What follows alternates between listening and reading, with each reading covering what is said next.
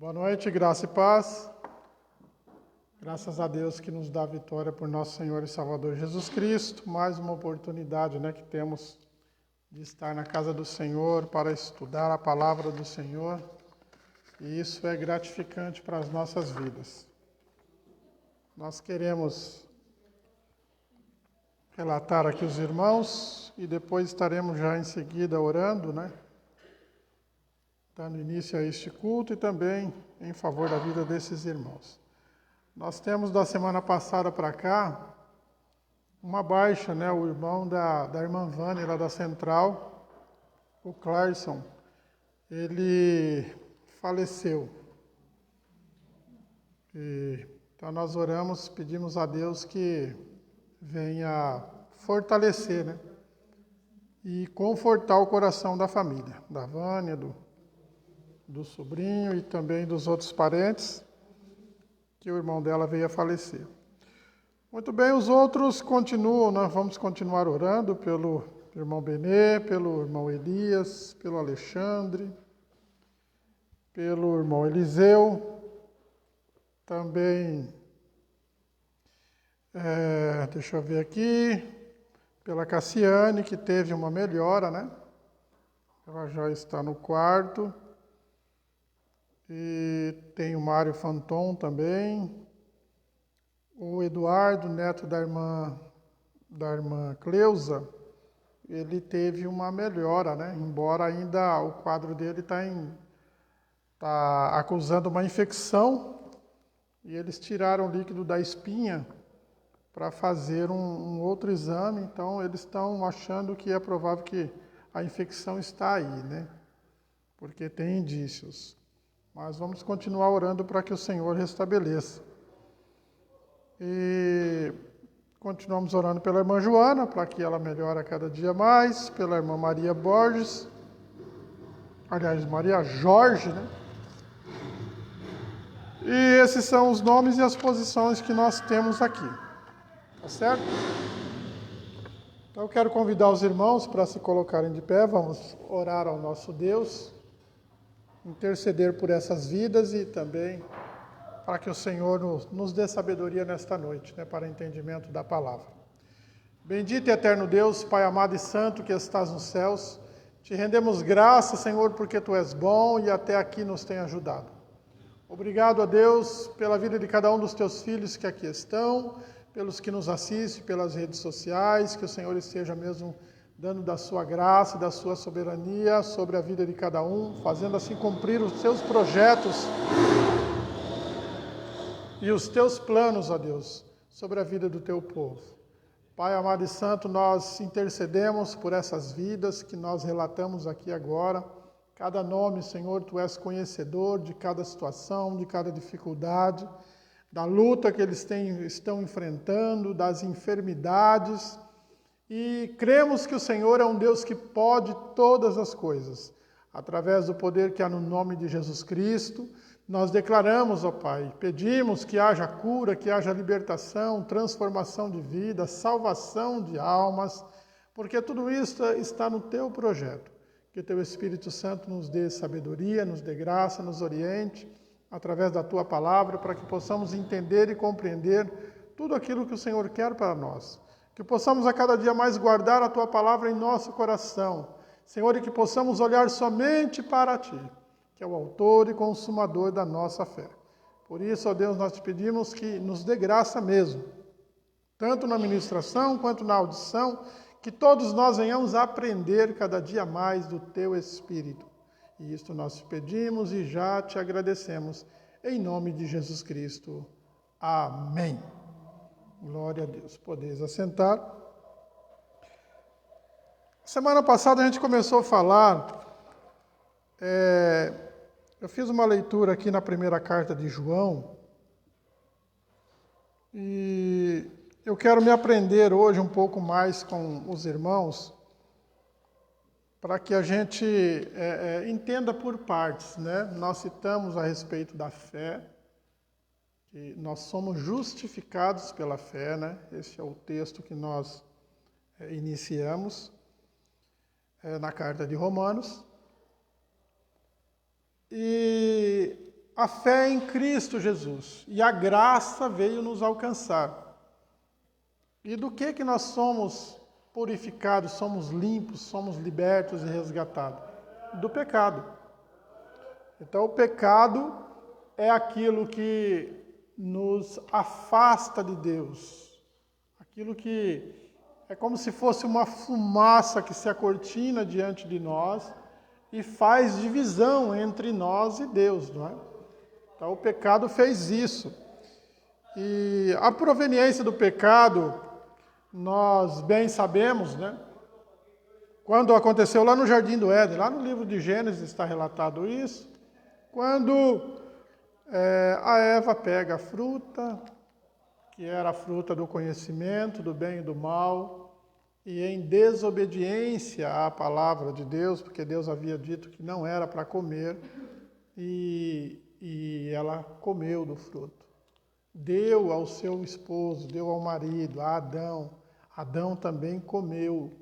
E a partir deste momento, se abriu os olhos e eles perceberam, né, que estava algo diferente. Eles perceberam que eles estavam nus, aí entrou a malícia e eles perderam aquela inocência que tinha. E aí foi quando Deus toma conta, né? Deus vem e pede contas do acontecido. Nota que, quando nós pensamos qual foi o pecado que originou, o ato em si que originou, a gente nem dá muito valor, não seria... a gente às vezes fica dizendo, um pecadinho e um pecadão, né? Então, se você olhar para o pecado de Adão e Eva, não é um pecadão na visão nossa hoje, como se fosse um adultério, mas foi uma simples desobediência.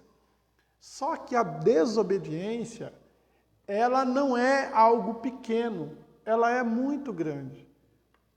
E ela difere o título de filho. A desobediência é como se fosse um pecado de feitiçaria. É como se fosse.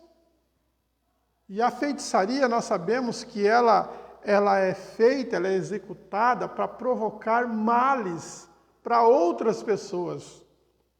Então, esse é o problema da desobediência. Quando nós desobedecemos, nós deixamos de honrar, nós deixamos de respeitar, nós deixamos de ser submisso, nós deixamos de ser orientado por aquilo. Então você nota que hoje nós temos uma dificuldade tão grande para educar os nossos filhos. Por quê? Porque eles teimam em desobedecer. Na minha época, eu tenho 56 anos de idade, quando o meu pai, quando eu nasci, meu pai tinha 76 anos. Né? Então a diferença era muito grande. Meu pai tinha idade para ser meu tataravô. E, na verdade, foi meu pai. Então imagina a cabeça dele, né, para educar um filho. Ele já não tinha mais condições para educar um filho. E o tempo foi passando e às vezes meu pai, ele tomava, satisfação com a gente de coisas que eram desnecessárias. Por exemplo, jogar bola. Meu pai não deixava a gente jogar bola, porque ele entendeu, alguém ministrou para ele que era pecado. Então meu pai tinha por pecado jogar bola, assistir televisão, tá em rodinha de garoto na rua. E o que uma criança... Hoje tudo bem, que está bem diferenciado, né? As crianças nem vão muito para a rua, ficam em casa com esse bendito desse celular, ou, né, na televisão, e é disso para lá. Mas nas épocas anteriores, não. As crianças gostavam de se reunir, né? Tanto o grupo de meninas como o grupo de meninos, e ficavam brincando até tarde, até o escurecer, né? E tudo isso fazia parte. Mas o meu pai nos privava disso, porque ele entendia que isso era pecado, e nós éramos crente não pode se envolver, não é? Naquela época, né, vamos falar, quando eu tinha 10 anos, em 75, as igrejas eram muito seguras, né? O uso e costume era muito predominante, além da palavra de Deus. Talvez os irmãos daqui, os irmãos que são metodistas já há muito tempo, não tiveram esse conhecimento, né? Mas as igrejas que vieram depois, a Assembleia de Deus, Avivamento Bíblico, a Deus é Amor também, só que a Deus é Amor veio bem depois, né? Mas são igrejas pentecostais, e eles tratavam essa questão de uso e costume de uma forma que era doutrina. Então nós tínhamos dificuldade em obedecer a esses ensinamentos. Então, poxa vida, vira e mexe, meu pai catava a gente, dava uma surra. Por quê? Porque ele pegava a gente jogando bola. Mas qual é a criança, qual é o menino que não quer jogar bola? Então, muitos foram os fatores que nos levavam a desobedecer, mas era uma desobediência por fazer algo que não era tão errado. Porém, se era uma ordem do pai, a gente tinha que cumprir. E a gente não conseguia cumprir. Hoje é bem, mas... Fala. Não, então a gente tinha que ir muito bem nas outras matérias, porque educação física a gente bombava, ou tomava bomba, né? Bombar é sair muito bem, né? A gente tomava bomba. Igualmente, os testemunhos de Jeová, eles não permitem, né? São duas coisas que eu acho uma aberração. Não doar sangue, porque eles dizem que o sangue é a alma, então não pode doar. E não pode servir o exército. Não pode se alistar. Você entendeu? Não pode. Porque eles têm que servir a Jeová, não servir, né, matar, umas coisas que não tem lógica, né? Mas tudo bem. Mas você vê as dificuldades que tem. Hoje, os nossos filhos, eles nos desobedecem com coisas que nós receitamos que seja boa. Por exemplo, qual é a mãe? Bom, tudo bem, existem as exceções, mas qual é a mãe e o pai que são cristãos, que não ensinam os filhos, os adolescentes principalmente, a não se envolver em namoro? Porque se envolver em namoro, vão se envolver em relação sexual, vão se envolver com drogas, vão se envolver com uma série de coisas. E isto, a gente quer privar eles de passar por esse pedaço ruim, mas eles insistem em nos desobedecer. E o que acontece? Vira e mexe, tem aí garota de 15, 16 anos, está grávida, pronto, acabou com a juventude, nem sempre dá certo de casar, e às vezes casar é o pior das decisões, né? Porque o menino não tem onde morar, não tem o que fazer, não trabalha, não faz nada, a menina não sabe nada ainda, como que vai morar junto? Aí os pais, não, agora que você que fez isso, vai casar. É a pior coisa que faz.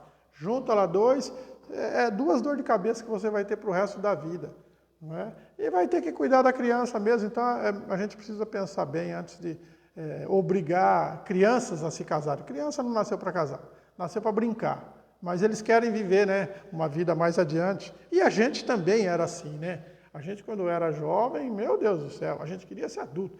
Eu com 10, 11 anos, eu fazia barba. Catava lá a gilete do meu pai, porque eu queria ser homem logo, porque homem é aquele que tem barba, que tem bigode. Aí hoje é um sufoco, irmão, todo dia tem que ficar tirando, se pula um dia, pronto, a barba, né? E tal. De vez em quando eu deixo o cavanhaque para disfarçar um pouquinho, para ficar mais sério, um homem mais maduro, né? Mas não adianta nada. Mas então, a dificuldade em obedecer. No caso de Adão e Eva, não era algo tão difícil de acontecer, porque Deus deu a eles uma infinidade de frutos para se comer, mas aquela não era para comer. Não é? E a gente hoje diz assim, mas tudo que é proibido é gostoso. Baseado no que Eva fez. Né? Baseado no que Eva fez. Mas Eva não tinha esse conceito. Eva não tinha essa ideia, essa indicação. Mas, por razões que nós sabemos que Deus está no controle de tudo, então nada pegou Deus de surpresa. Mas o homem sim, né? O homem foi pego de surpresa. E a partir desse momento, quando Deus fala para Adão, Deus fala para ele, olha, a terra agora será maldita por tua causa. E por que Deus amaldiçoa a terra? Por causa do pecado de Adão, por causa da desobediência de Adão. Porque Adão era da terra, lembra? Adão era um torrão. Adão era um torrão. Eva eu não sei como é que Deus fez, mas Adão era torrão de terra. Era como se fosse, né? Às vezes o pessoal faz lá na praia, faz um monte de desenho, um monte de ideias que eles têm, né?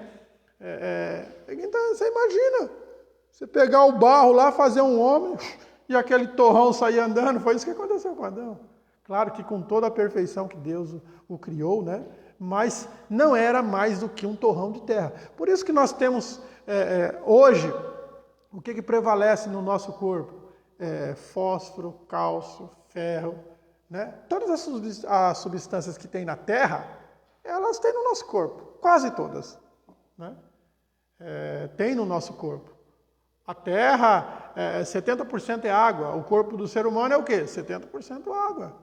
E é assim, porque nós saímos do barro. Então, a maldição não foi só na terra que eles estavam pisando, mas Deus estava falando na terra. O homem formado na terra é maldito por sua causa. A partir desse momento, o homem tendo conhecimento do bem e do mal, então ele está sempre dividido. Ele sempre tem que tomar decisões. Eu faço isso, que eu tenho um conceito que está errado, mas é gostoso, ou eu faço isso, que não é tão gostoso, mas não é errado, é certo. E esta dificuldade nós carregamos até hoje. Então a palavra de Deus diz assim, que nós não devemos pecar, você tem que mortificar os membros carnais, para você não pecar, você tem que viver. O que acontece com a gente? Tiago fala da língua. A língua, ela é igualzinho um fósforo que você ateia fogo em uma floresta. Você risca ali, apareceu uma chama. Aquela chama pode queimar milhares de hectares de floresta, de mata. Por quê? É isso que a língua faz. A gente fala assim, inflama, né? A gente fala assim, vamos parar de falar da vida dos outros? Vamos parar. Daqui a pouco não começa. Mas você viu fulano? Nossa, que beiçada que fulano deu. E aquele outro? A gente viu, a gente está falando de novo. A gente até jurou que não ia falar, né? Este é o pecado. E o pecado é desobediência. Todo pecado é desobediência a Deus. Porque Deus falou para não fazer. Por isso que Jesus falou assim, olha, 2 mandamentos eu deixo para vocês. Amar a Deus sobre todas as coisas. Então, toda vez que você ama alguém, alguma coisa mais que Deus, você está desobedecendo, você está pecando. Você está pecando. Aí Jesus fala o 2º mandamento. Amar o próximo como a si mesmo, como a ti mesmo. Toda vez que nós não amamos o próximo, nós não demonstramos esse amor para com o próximo, nós estamos desobedecendo. É mandamento, tem que obedecer. Se não obedecer, está em pecado, está errado. E qual é o salário do pecado? Morte. Morte. Então você percebe que a dificuldade nossa é em obedecer. Todo princípio de conceito de pecado está baseado na desobediência. Por isso que nós vamos, depois a gente vai estar passando por um versículo que ele diz, os filhos da desobediência, nós vimos isso no estudo de Apocalipse, os filhos da obediência, que são os filhos de Deus, esses sim, serão abençoados, estarão com Cristo para todo sempre, viverão a vida eterna. Agora, os filhos da desobediência perecerão. Por quê? Porque é pecador. Aquele que é desobediente é pecador. E nós vemos um conceito bíblico que Deus nem sempre julga o ato, mas Ele julga a intenção do ato. Jesus deixou isso claro. Se no teu coração cobiçares a mulher do próximo, eu te digo, já pecou. Então é isso que nós temos que tomar cuidado, com a intenção dos nossos atos. Se as intenções dos nossos atos são pecar, já estamos pecando antes de ter a atitude, antes de ter o ato. Por isso que nós pecamos contra o Senhor. E isto é desobediência. Tá certo? Então, nós lemos um versículo e ele falou a respeito de não pecar. Lembra, a primeira carta de João,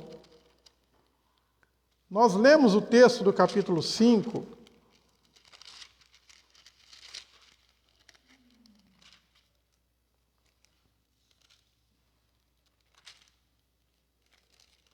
Deixa eu pegar aqui o versículo para ficar mais curto para a gente. Olha, capítulo 5, versículo 16, ele diz: se alguém vir seu irmão cometer pecado que não é para a morte, orará, e Deus dará a vida àqueles que não pecaram para a morte. Há pecado para a morte, e por esse não digo que ore. Toda iniquidade é pecado, e há pecado que não é para a morte. Sabemos que todo aquele que é nascido de Deus não peca, mas o que de Deus é gerado conserva-se a si mesmo, e o maligno não lhe toca. Versículo 19. Sabemos que somos de Deus e que todo mundo está no maligno. E sabemos que já o Filho de Deus é vindo e nos deu entendimento para conhecermos o que é verdadeiro.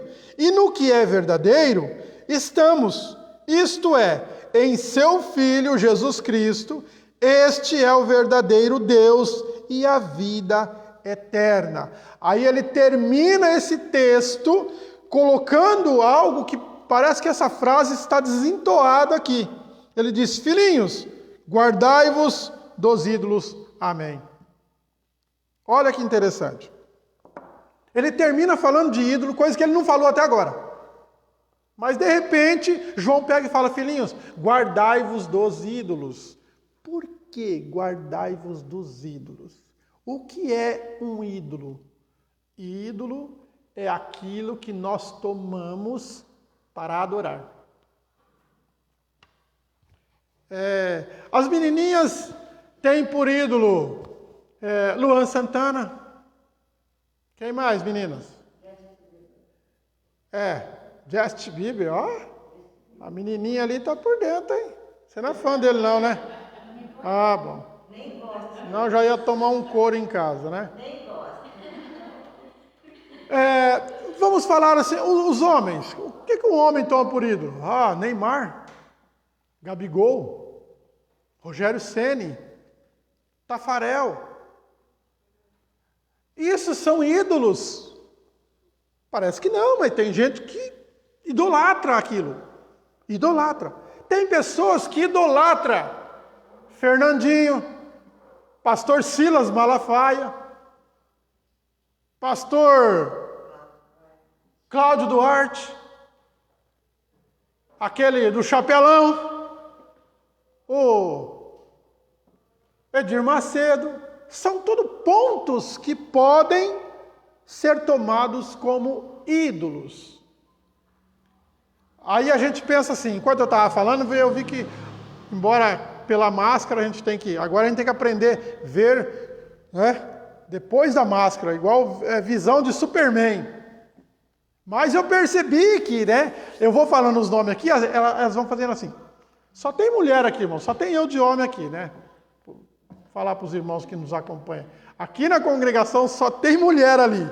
Atrás, na frente da câmera, só mulher. Então aqui só tem eu de homem. Estou reinando. Então, não me tirem por ídolo, hein? Por favor. Por favor. Mas você vai falando os nomes e aquele que você não gosta, você fala: imagina, meu Deus do céu. Não é? É natural, às vezes, acontecer da gente começar a idolatrar.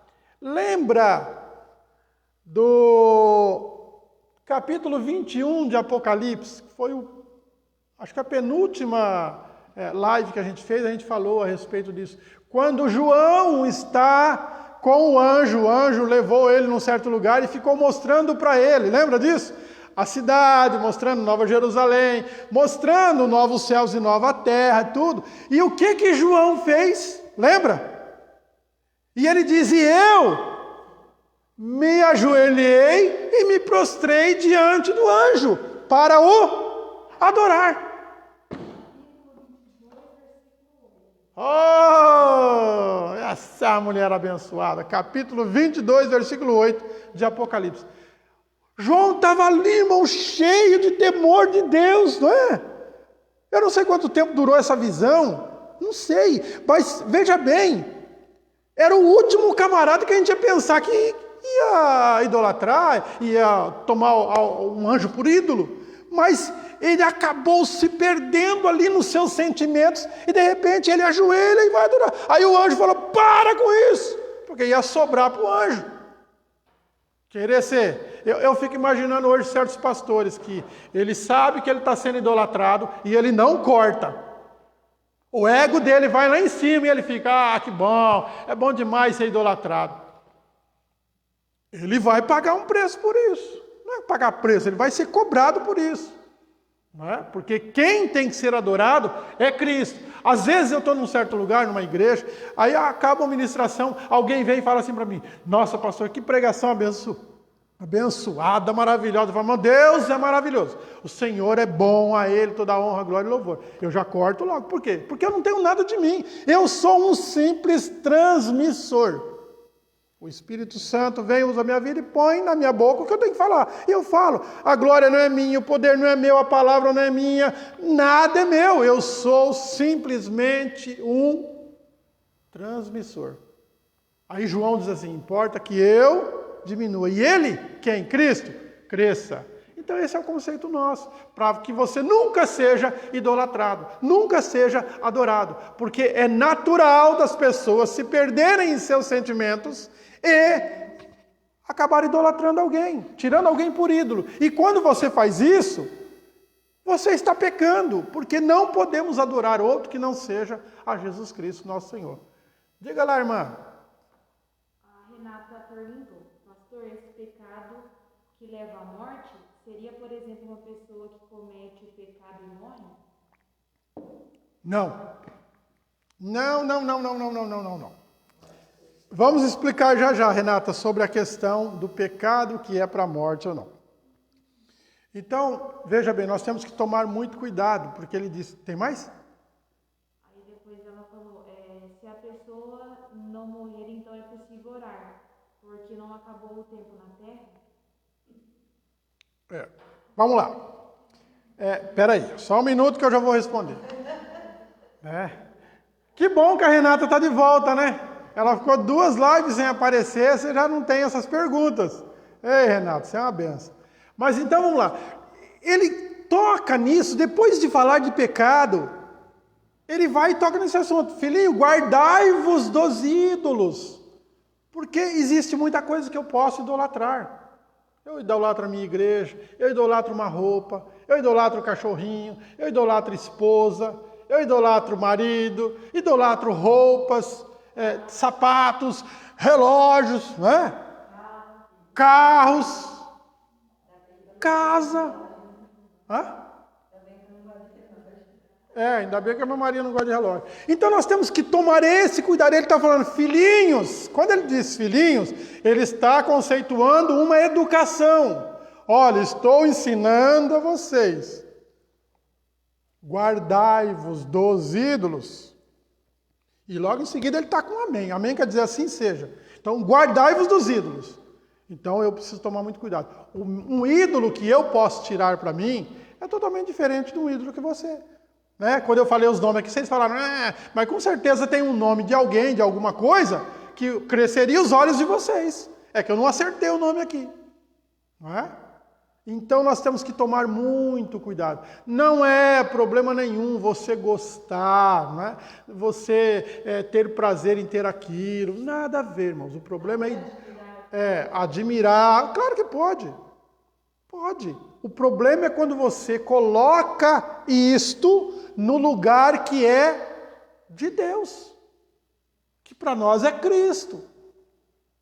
Então, por exemplo, quem me salvou? Cristo. E às vezes eu trato o meu pastor como se ele fosse meu salvador. E não é assim. Às vezes eu trato a minha esposa como ela fosse minha salvadora. E vice-versa. E amigos. Então não. Nós temos que saber que o lugar de Deus é no centro do nosso coração.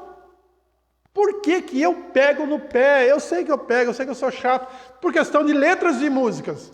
Desses hinos que tem, desses louvores. Por quê? Eles fazem isso, tiram Cristo da cruz e colocam o homem lá, colocam o eu lá. E um dos ídolos que eu preciso tomar cuidado é o eu.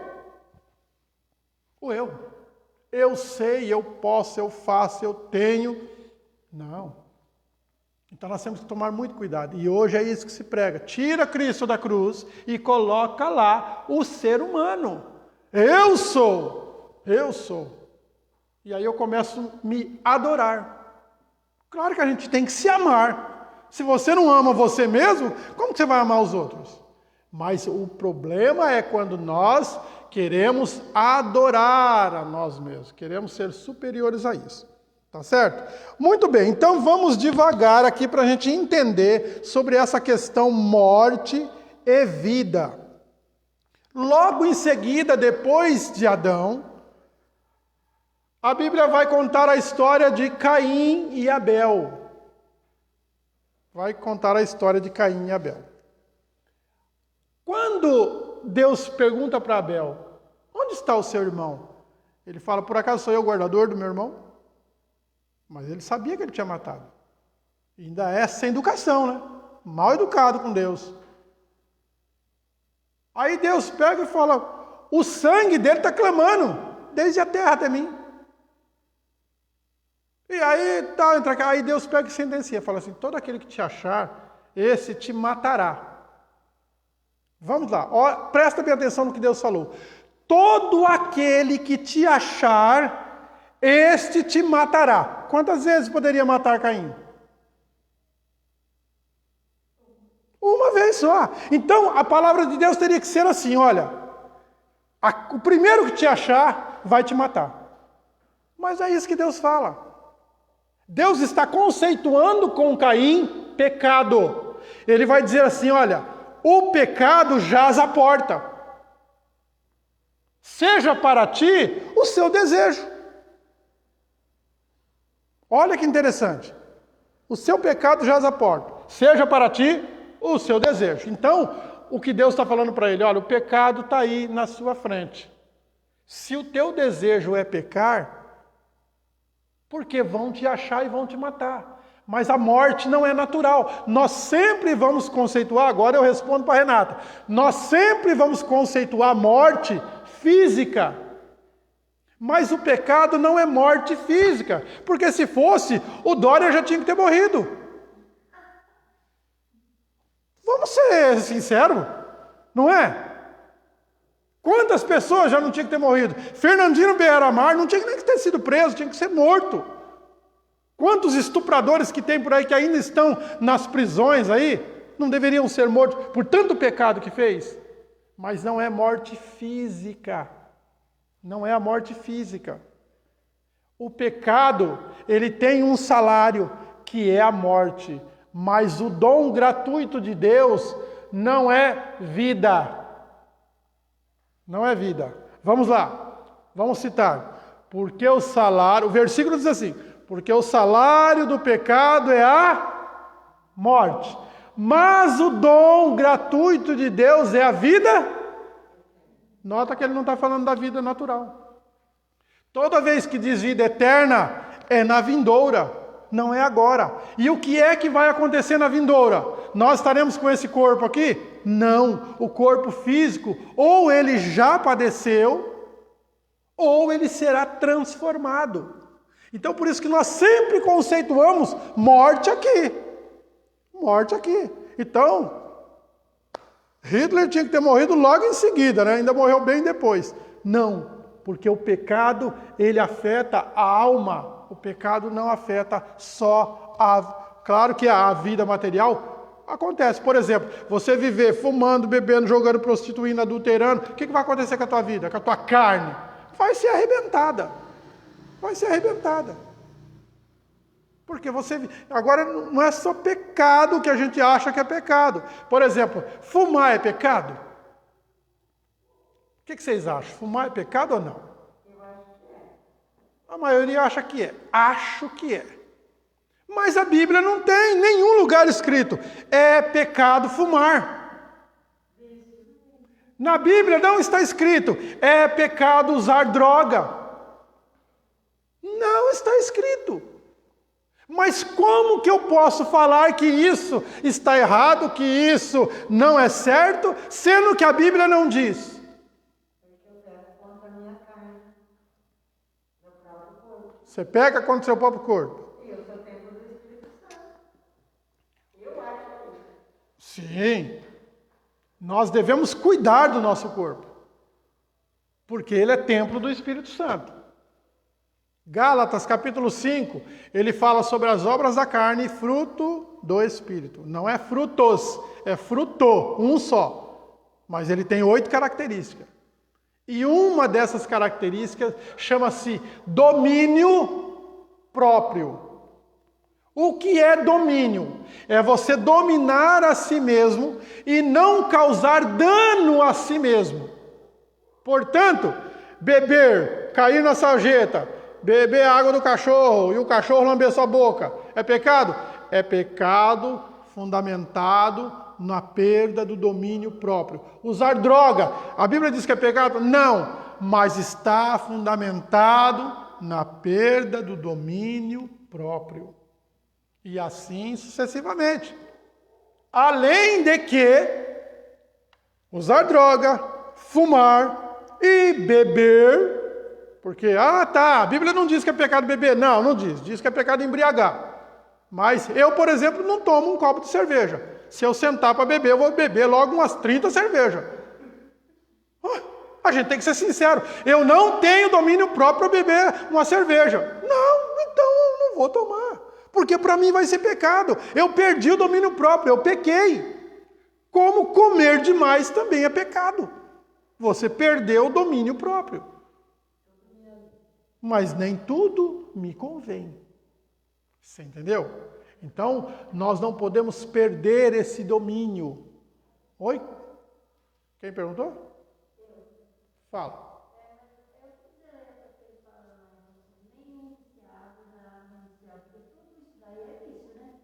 Sim, vício.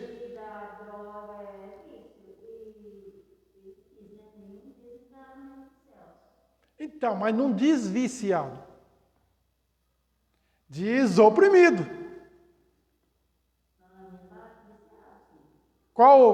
Deixa eu ver o texto da minha aqui. Acha aí e me fala. Então, o que acontece? Enquanto a irmã Neuza acha, nós vamos caminhando. Então, olha só como é a situação.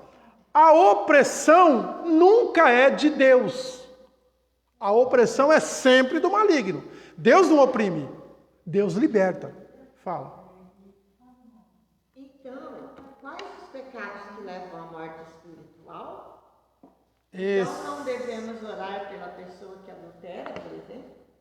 Espera aí, Renata. Ô, mulher apressada. Mas não precisa.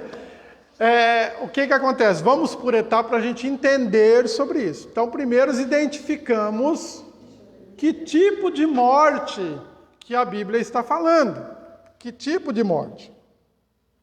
Quando nós olhamos aqui, deixa eu ver se é Efésios capítulo 2.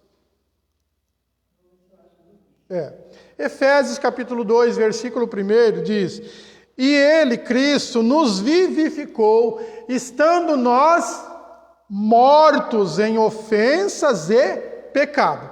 Então, vamos lá. O que o pecado faz em nós é matar, ele nos mata. Morremos, mas não a morte física. É a morte chamada espiritual. Que lá no capítulo 19 de Apocalipse, esse acho que é no 19, que vai falar a respeito de que não ressuscitam na primeira. Então, quando nós somos alcançados pela fé que o Espírito Santo nos coloca, cremos em Cristo, recebemos a graça que há em Cristo através do seu sangue, e nisso nós somos purificados dos nossos pecados. Logo, somos vivificados. É a primeira ressurreição que acontece na vida do homem.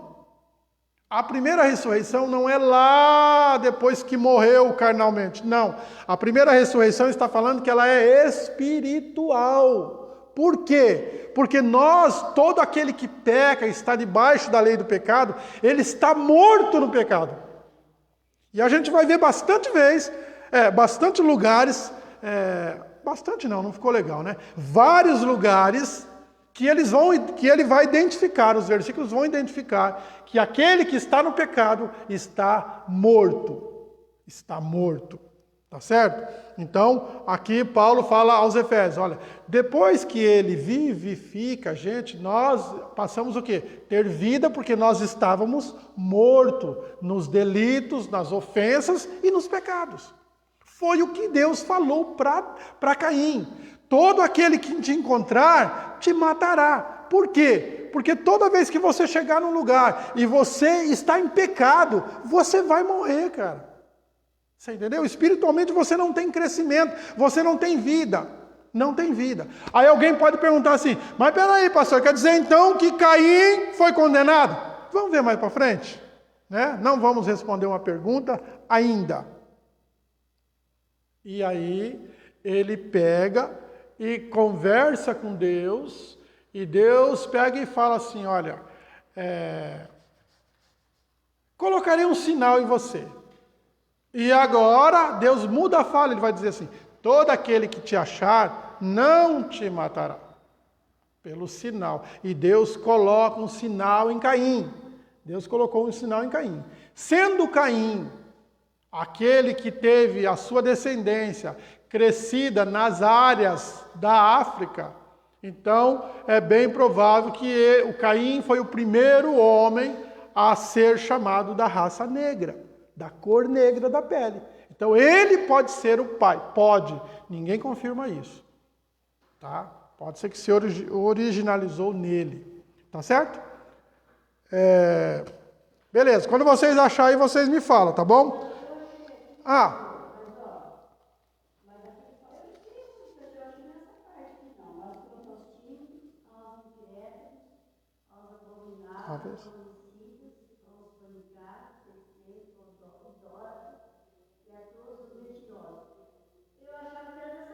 Exato. Deixa eu te falar uma coisa, Imanilson. O que acontece? Por muito tempo eu identifiquei esse versículo sendo aquele que falava dos viciados. Não sei porquê. Alguém falou e eu gravei e eu mandei isso para frente.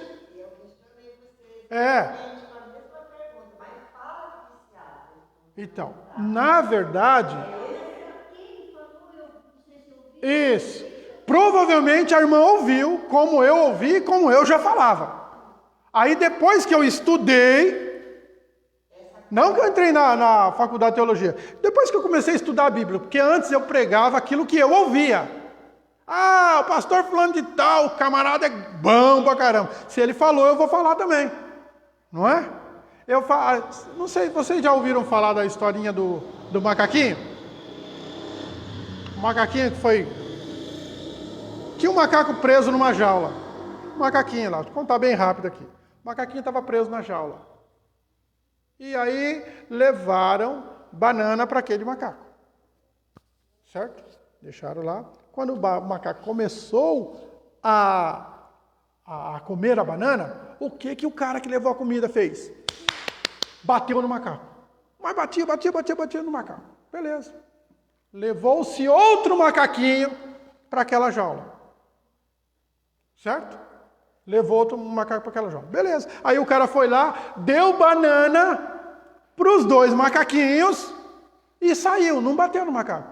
O que o macaco que estava lá fez com o macaquinho que chegou? Deu uma surra nele.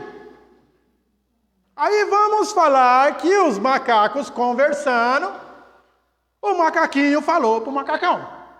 Por que você está me batendo? Eu não fiz nada para você. Ele fala, eu não sei. Eu só sei que quem pega a banana tem que apanhar. Você entendeu? Quer dizer, e aquele macaquinho vai levar para o outro e vai indo. Então as histórias vão, mas ninguém sabe o objetivo, ninguém sabe o motivo. Qual foi a motivação desse assunto? Não sabemos. Tantas coisas acontecem. É a mesma coisa do dom de revelação. Quantas pessoas, quase todas as igrejas pentecostais que você vai, alguém está dizendo assim, fulano tem dom de revelação. Só que não tem na Bíblia dom de revelação. Alguém criou esse nome e soltou. E a turma foi atrás. Então, tem gente que fala assim, ora, Deus vai te dar o dom de revelação. Não existe dom de revelação. Não existe. A Bíblia fala, no capítulo 12 da carta de Paulo aos Coríntios, primeira carta aos Coríntios, ele vai dizer sobre os dons espirituais, são 9, e nenhum deles é revelação. Você entendeu? E a turma continua falando.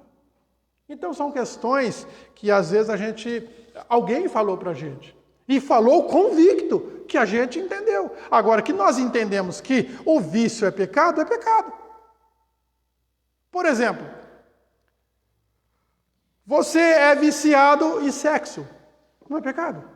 O cara que é viciado em sexo, não só o cara, porque tem mulher também que é viciada em sexo, o que eles fazem? Se o companheiro ou a companheira não comporta abafar o seu vício, ele vai atrás de outros. Ele usa a pornografia. A maioria dos que fazem uso de pornografia em literaturas ou em vídeo são pessoas viciadas em sexo. E não é pecado. Está oprimido por aquilo.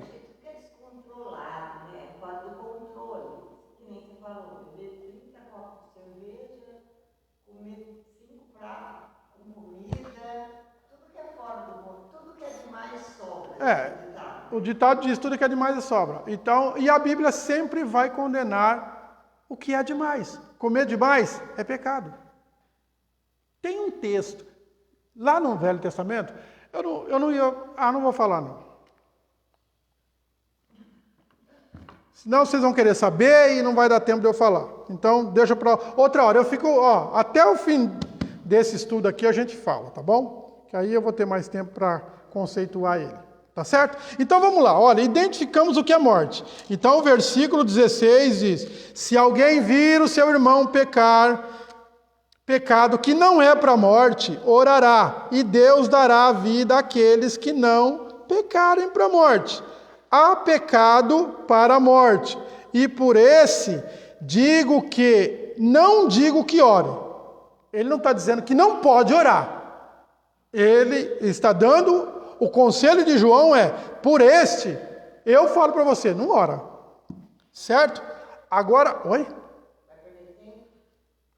vamos lá para o versículo 17.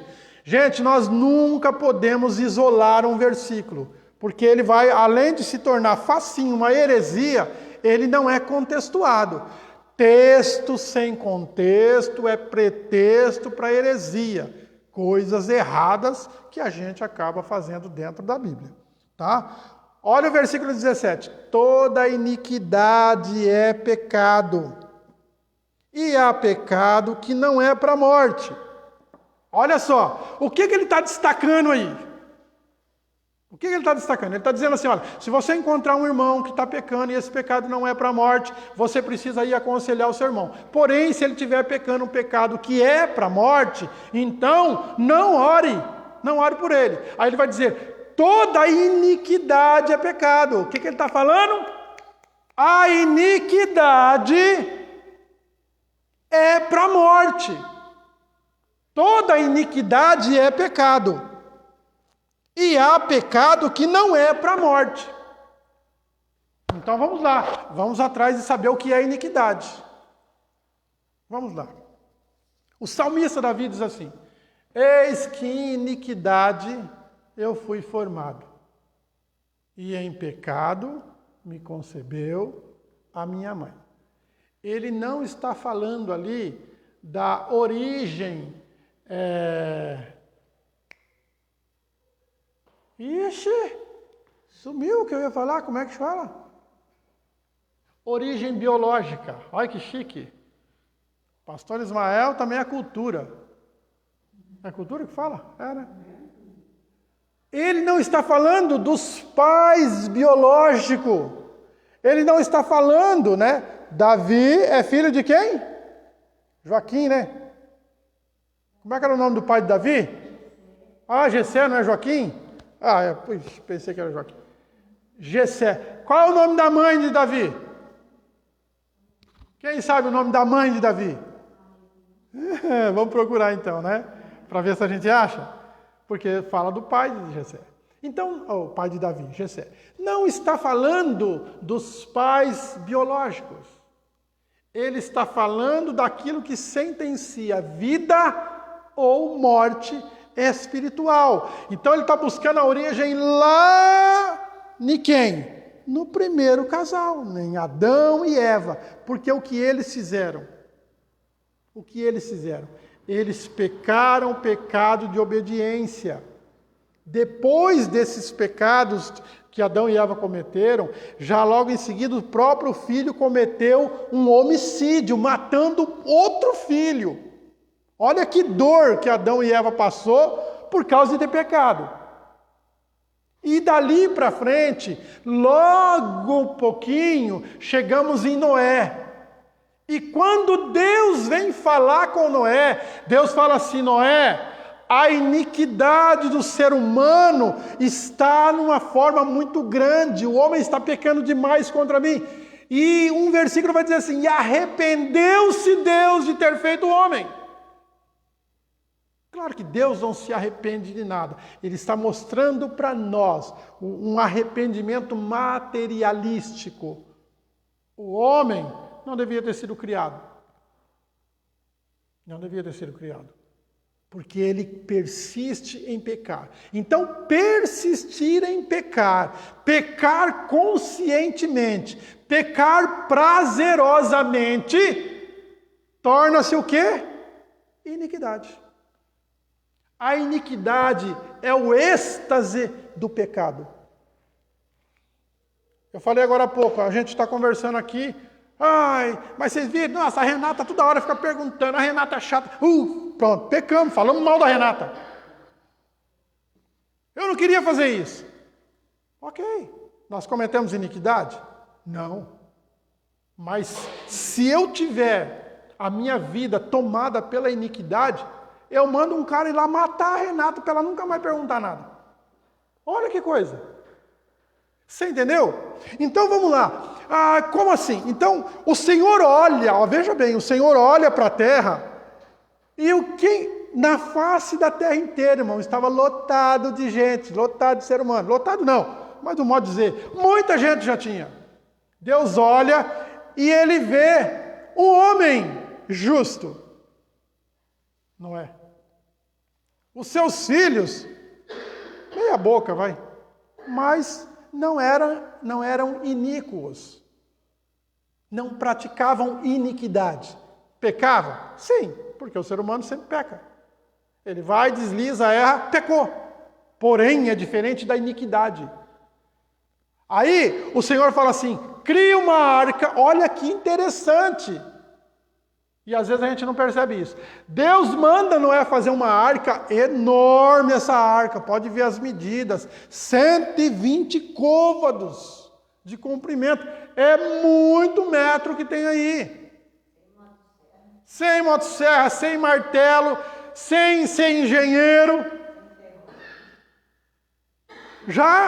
Como é que ele fez para derrubar as árvores? Já começa por aí, né? E como é que ele partiu aquilo em tábua? Ou será que ele colocou a árvore inteira? Não sei, irmão. Eu sei que ele construiu a arca. No deserto. E o que foi que encheu a arca? De ser humano?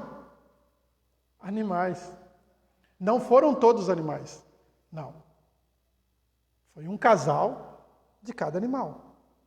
Teve alguns animais, algumas raças, que entraram 3.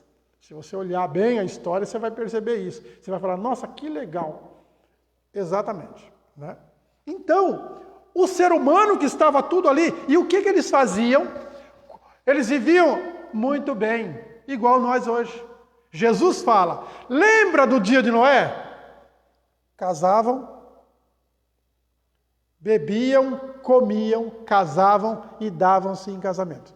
Tudo normal, tudo tranquilo, tudo belo. Porém, todos iníquos, todos praticantes da iniquidade.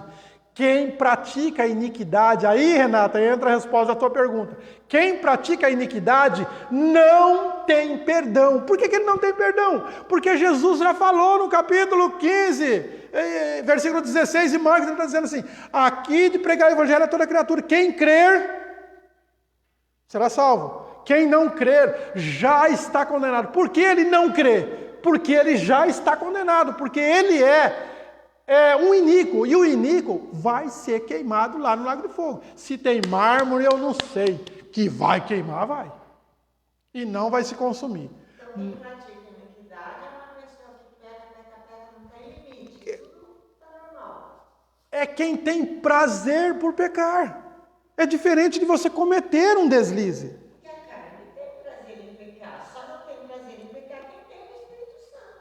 Ó, por exemplo, Na minha opinião, não sei. vamos pensar. Como Jesus fazia, eu vou contar uma parábola para vocês. Uma vez, o Serafim casou com a Serafina. E eles se desentenderam e eles separaram-se. Ah, eu quero o divórcio. Pegou o divórcio. Certo?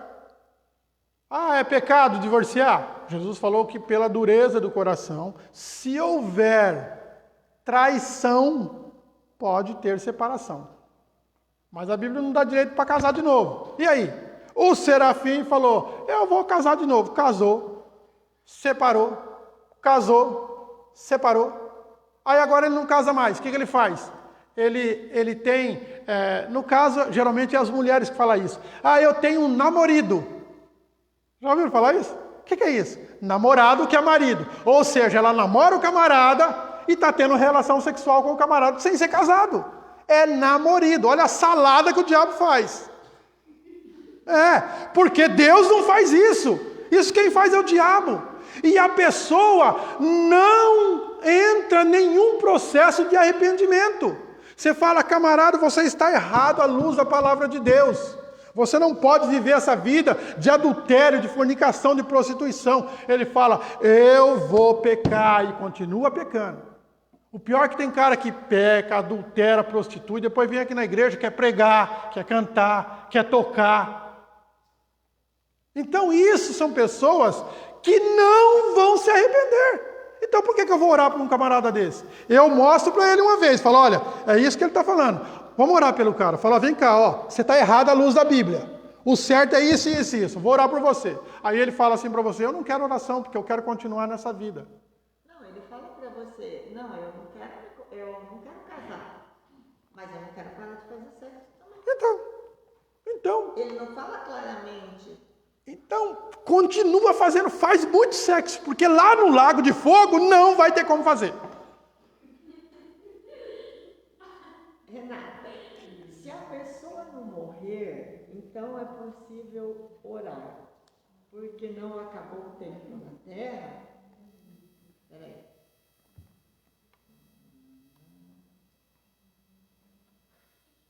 Olha, mas é a verdade, né? A gente ri tudo, mas, gente, a palavra de Deus, ela é sincera e não tem meio termo com a palavra de Deus. Fala.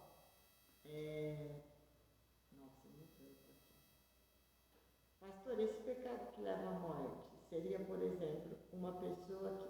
Ah, não, mas fala em Quer que a Bianca vê? Então, para distinguir um pecado do outro, seria a pessoa que comete muitas vezes o mesmo pecado, fecha aspas, pecado mortal, abre aspas, né? Aí a Adriana ali comentou.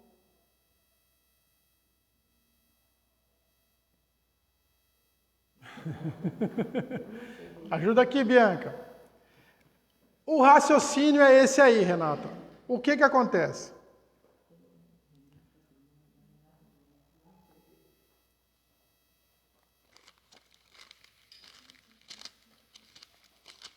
Vamos voltar aqui em um versículo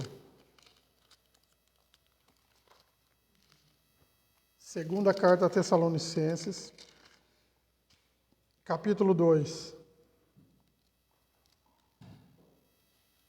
O capítulo 2 da segunda carta de Paulo a Tessalonicenses, ele está falando sobre o grande iníquo, que é, vamos pensar, o homem de maior iniquidade. Fala. A Renata está perguntando. Então, tem casais que vivem como marido e mulher, mas pretendem se casar. É pecado? Estão em pecado. Estão em pecado. Por que estão em pecado? Porque o correto, gente, é primeiro casar e depois ter relação. Não é? Esse é o correto. Biblicamente deixará o homem, pai e mãe, unir-se-á à sua mulher e serão ambos uma só carne. Porque a relação conjugal, a relação sexual, traz à luz da Bíblia uma só carne. Uma só carne. Aí o camarada começa a namorar, o serafim começa a namorar a serafina, e os dois começam a ter relação sexual. Depois da manhã eles terminam, param. Ou seja, aquela carne que é uma, biblicamente, é rompida, e a serafina vai com o jurururu, e o serafim vai com o cajararará. Eu estou evitando falar nome porque às vezes eu vou falar um nome, tem alguém assim e fala assim, o pastor falando de mim. Não estou falando de ninguém. Não é? Aí começa de novo, ambos uma só carne, aí vira o quê? Uma Sodoma e Gomorra. Fala. A Adriana falou, a iniquidade não é pecado repetido sempre as mesmas coisas? A iniquidade é o êxtase do pecado. Seja este o mesmo pecado, ou seja, a proliferação de pecados. Porque a Bíblia diz que um abismo chama outro abismo. Um chama o outro. Cada dia mais, o buraco vai ficando maior. Você entendeu? Então essa é a ideia da iniquidade. A pessoa quando se torna iníquo é porque ele não tem mais arrependimento. Por isso que nós vamos ler aqui, olha lá, segunda carta a Tessalonicenses, capítulo 2, ele está falando a respeito do anticristo, o homem que, pelas ideias que Paulo e Pedro colocam, será um homem que será incorporado o demônio nele, o próprio demônio nele, de tão terrível que ele vai ser, correto? Versículo de número 10, vai. E com todo engano de injustiça para os que perecem, porque não receberam o amor da verdade para se salvarem. Olha só, vamos voltar no 8. Então será revelado o iníquo, a quem o Senhor desfará pelo assopro da sua boca, no dia do arrebatamento, no dia da vinda de Cristo, e aniquilará pelo resplendor da sua glória. A esse camarada, cuja vinda é segundo a eficácia de Satanás, com todo o poder e sinais e prodígios de mentira. Então, uma pessoa que está sendo dominado por esses sinais e prodígios de mentira, porque aí você fala, como a Adriana falou, aí o cara comete o mesmo pecado, aí você fala que está errado, ele não quer se consertar. Ele fala, não, a Bíblia não é isso. A Bíblia não é desse jeito. Né? Hoje se coloca a Bíblia para tudo quanto é coisa. Aí ele diz no 10, e com todo o engano de injustiça para os que perecem. Por quê? Quem vai perecer? São os ímpios, os que praticam iniquidade. Esses são os que vão perecer. Porque esses não têm o selo do Espírito Santo. Lembra que nós falamos que o espírito da besta já está operando faz tempo. Por quê? Porque do jeito que Deus selou os seus com o Espírito Santo, o diabo vem e sela os dele, porque não vai ter. Porque não é questão de escolha. Não é igual time de futebol, gente. Amador, que a gente vai brincar, os homens vão brincar, junto aquele monte de homem, a gente fala assim, vamos escolher dois, então vai. Eu e o João. Eu e o João. Par ou ímpar? Par, ímpar, ganhei. Então eu começo a escolher. Né? Pedro vem para cá, não. não é assim. E o outro, a gente escolhe geralmente os melhores, não é? Geralmente assim. A questão é que Deus tem os seus escolhidos e os seus chamados e os seus eleitos. Esse o diabo não toca. Mas aquele que não tem a escolha de Deus, aquele que não tem o selo do Espírito Santo, aí não me pergunte por que Deus não escolheu, porque eu não sei. A Bíblia não fala sobre isso. Diz que Deus escolheu e ponto final. Aqueles que Deus não escolheu, o que o diabo faz? Então está aqui para você o sinalzinho da besta. E quando ele tem o sinal da besta, ele tem o sinal disso aqui, olha. O sinal da mentira. Porque eles estão vivendo o engano, o poder, o sinal e prodígio da mentira. E por isso, olha, versículo 11. E por isso, Deus lhes enviará a operação do erro, para que creiam a mentira. Para que sejam julgados todos os que não creram a verdade, antes tiveram prazer na iniquidade. Tá certo?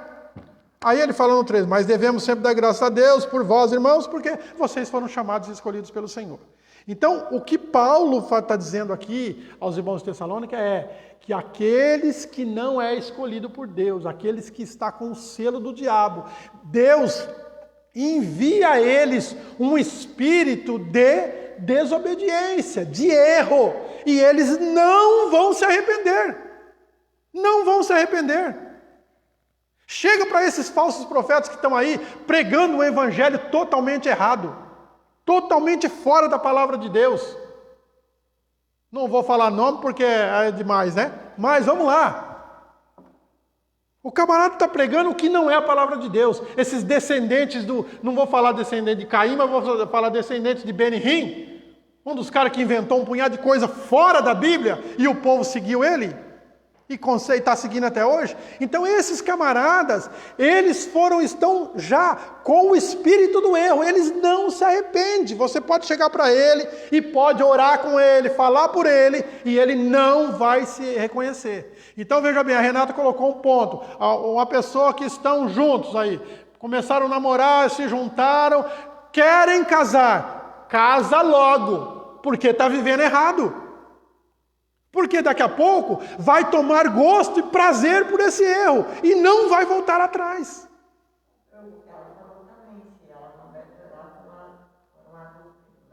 Sim. Então, mas aí, veja bem, nós não conhecemos quem é iníquo ou não.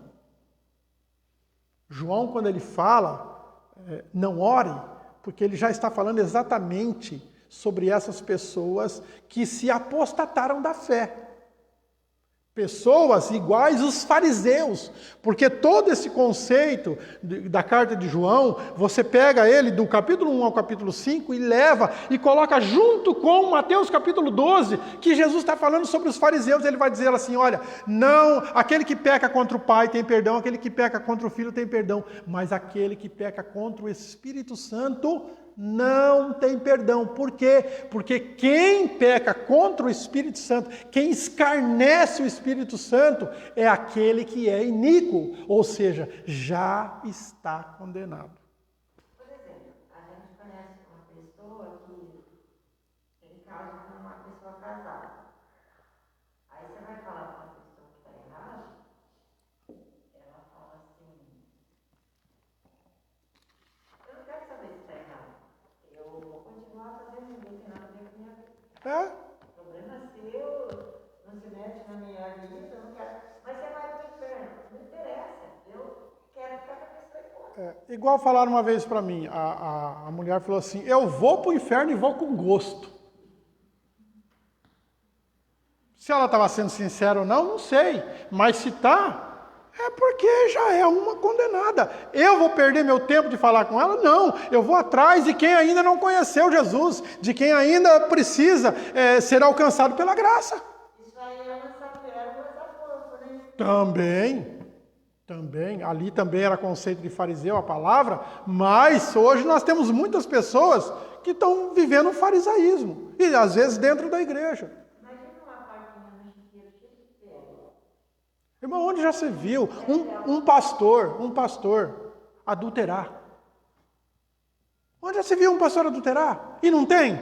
Infelizmente tem. E tem bastante, isso que é pior ainda, não é? Então, mas são pessoas que são os falsos, porque, irmão, tudo isso tem que acontecer porque é bíblico. Deus já deixou registrado isso. Então é isso que vai acontecer, porque Deus sabe quem é. Deus sabe quem é, Deus sabe quem não é. Terminou o nosso tempo para hoje. Vamos continuar ainda um pouquinho. Irmãos, esse estudo Fé e Graça não é um estudo conceituado numa coisa só. Existem vários textos e contextos que nós vamos falar de fé e graça. E o pecado é preeminente aí, né? A fé e a graça vêm para tirar aqueles que são de Deus do pecado. Tá? Então a gente continua falando aí. Podem mandar as perguntas, tudo que vocês tiverem em dúvida, pode mandar. Se a gente não souber, a gente vai procurar saber. Mas precisamos entender da onde o Senhor nos tirou, para que Ele tirou e para onde Ele vai nos levar. Qual é a nossa participação em tudo isso e o que dependemos de Deus em tudo isso. Tá certo? Vamos ficar de pé e vamos agradecer ao Senhor. Oi.